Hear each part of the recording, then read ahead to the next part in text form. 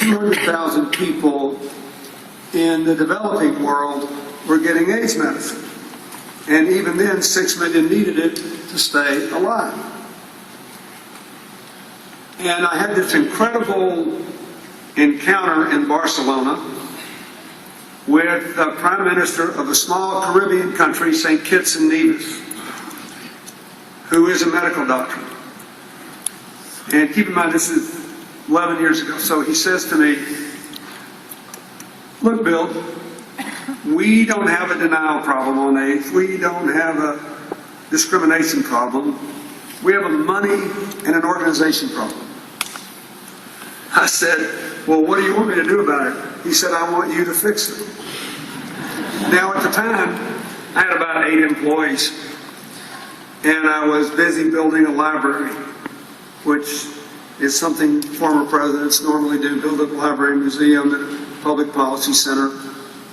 And I was trying to build America's first graduate school in public service as opposed to public policy, which we did. It's the only place where you spend half your time in the field solving problems and only half your time in the classroom.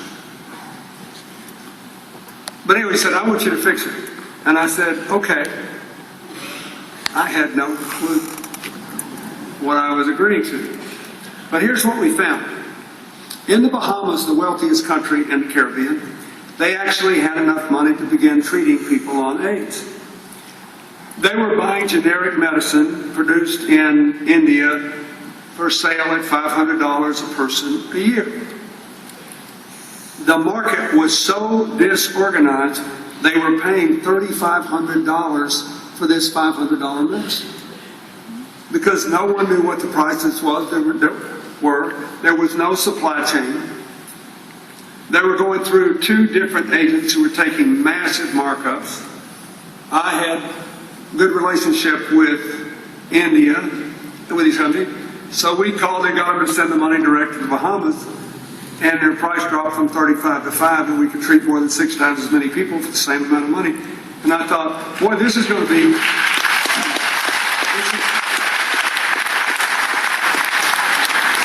I thought, well, this is going to be easy. It's my first week on the job. It got a little harder, but here's what we discovered.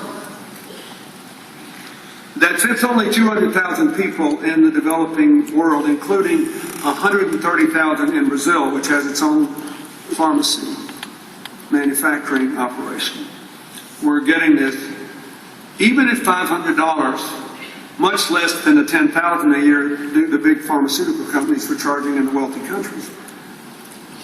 Generic AIDS medicine was a low volume, high profit margin, uncertain payment business.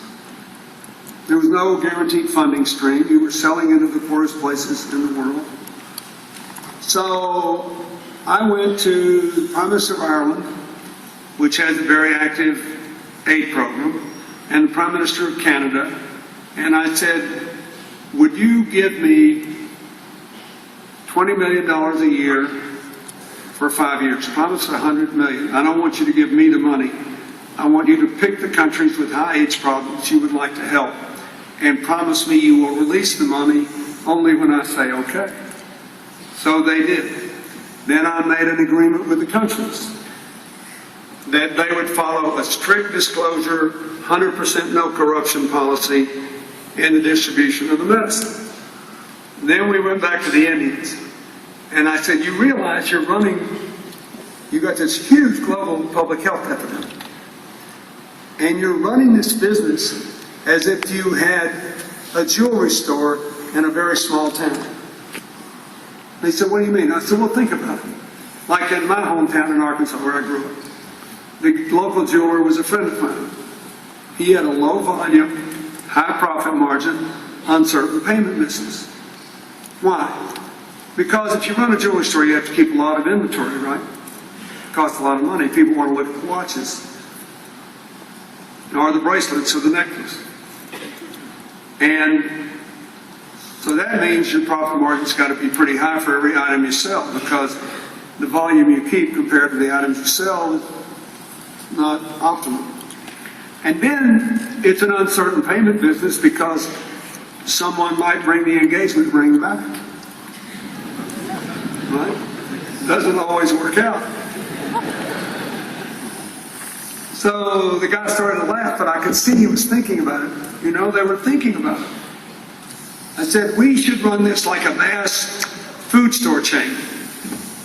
Huge volume, low profit margin, absolutely certain and prompt payment.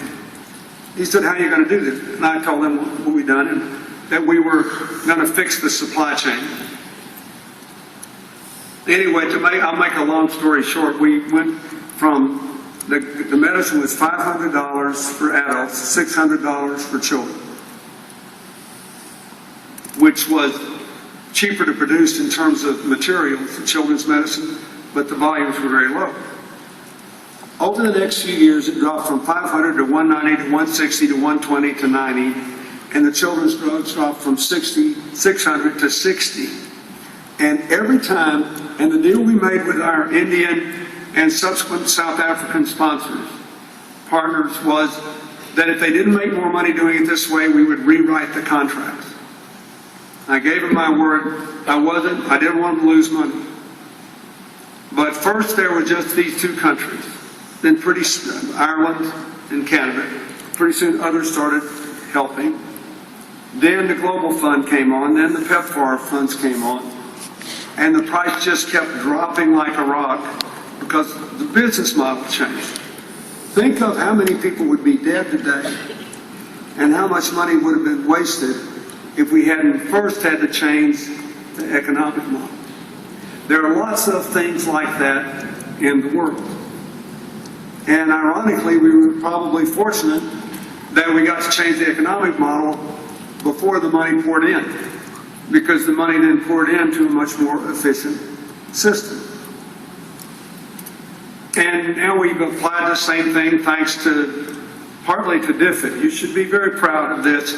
Whatever your political party is, I think it's great, even though you already know, I think both the United States and the UK and Europe jumped the gun on this austerity. I think they needed to have an austerity plan that didn't implement itself, that wasn't implemented so soon. I'm really proud of the UK for not cutting back on foreign assistance to poor countries. It's a great thing for the world. And you should be.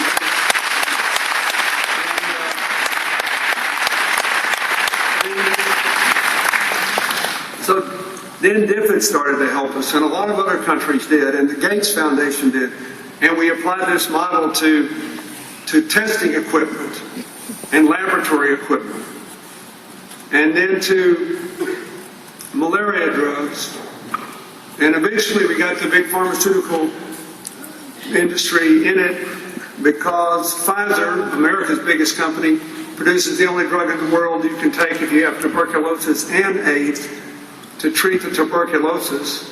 It doesn't make you so sick you can't function. It saves lives and you can function normally. They gave us a 60% discount. And I said, why are you doing this? And this is attitudinal. This is how he said, well, all of the big pharmaceutical companies, we're trying so hard to preserve our patent that basically what we want is 100% of the business of 15% of the world. He said, it's a stupid business model. Better to take a lower profit margin and sell to the other 85%. So every one of you faces decisions like this. Whatever it is you're doing. And you have to say, is there a different way to look at this? Is there a different way can you imagine a different outcome where you don't ask anybody else to take a hit, you just figure out a different way for people to win so that there are more winners? The biggest public health problem in America is childhood obesity. You have an initiative in the UK, it's one in Ireland. It's a huge problem now in India, as they abandon the world's best diet, I think, for Western fat foods that will kill you quicker as they move to cities. And when I had my heart surgery and some of the advocates asked me to take this issue on, I thought, I'm going to fail at this. Changing a culture is like turning the Titanic around before it hits the iceberg. It's billions and billions of decisions are made every day about how food is produced,